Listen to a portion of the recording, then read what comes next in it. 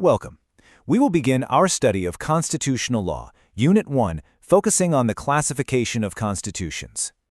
In our discussion today, we will proceed through 5 key areas. We will begin with the concept of the fundamental law. We will then examine classification by form and amendment, followed by classification based on power and origin. Subsequently, we will analyze the Indian Constitution as a synthesis of these principles and conclude with a summary for exam reference. Let us begin with Section 1, where we will establish the foundational concept of the fundamental law. What is a constitution? It is, fundamentally, the fundamental law of a land. The classification of any constitution hinges on 2 critical legal concepts. First, legal sovereignty, which addresses where the ultimate lawmaking authority resides. Second, the doctrine of constitutionalism. This is the vital principle that a government's authority is not absolute. Rather, it is derived from and, importantly, limited by a body of fundamental law.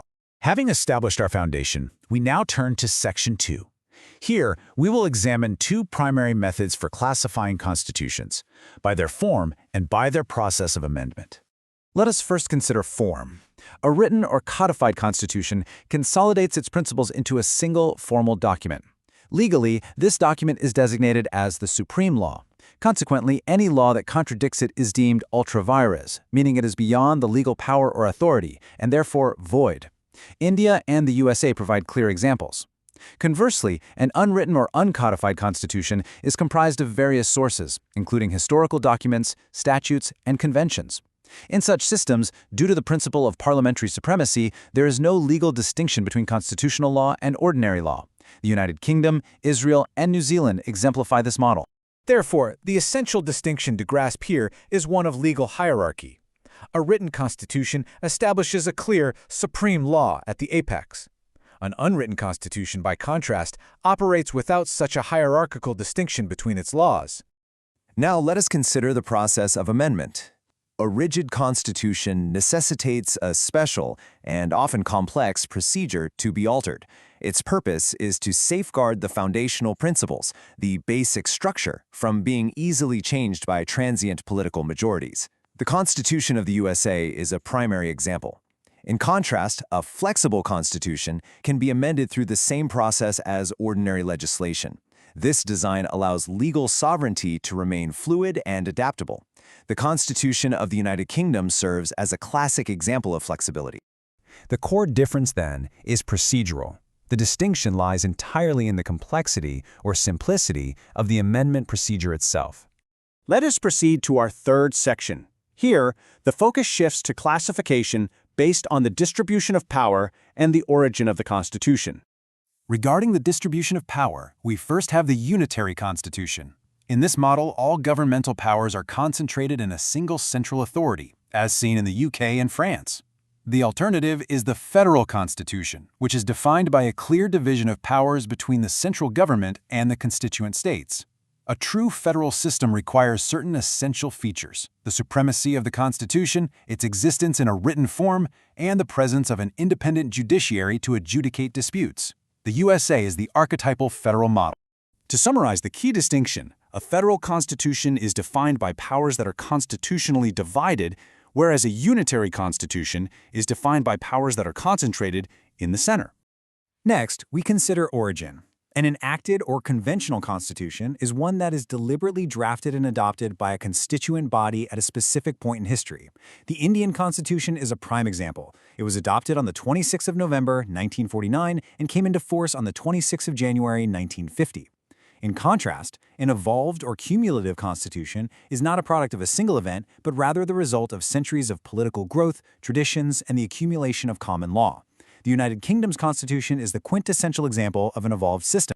The contrast, therefore, is between a constitution that originates from a specific act of creation and one that originates from historical growth over time.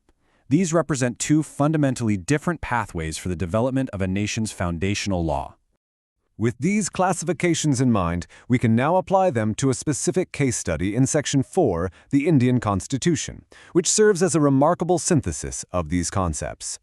The eminent constitutional scholar Professor K.C. Weir provided a pivotal description of the Indian Constitution. He termed it quasi-federal, meaning it is federal in structure but unitary in spirit. Let us examine the academic nuance of this term, quasi-federal. While a division of power exists, the constitutional framework deliberately strengthens the center. Key unitary features that achieve this include vesting all residuary powers with the center, the appointment of state governors by the center, and the powerful provision of Article 356, also known as President's Rule, which allows the center to assume control of a state's machinery. In its amendment procedure, the Indian Constitution presents another sophisticated synthesis. Article 368 of the Constitution adopts what can be described as a middle path. It creates a unique blend. It allows for flexibility, where some provisions are amendable by a simple majority of Parliament.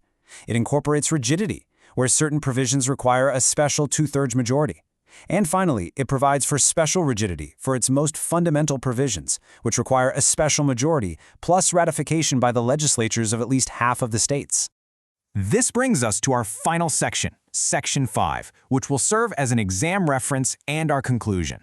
Let us briefly review the four primary bases of classification.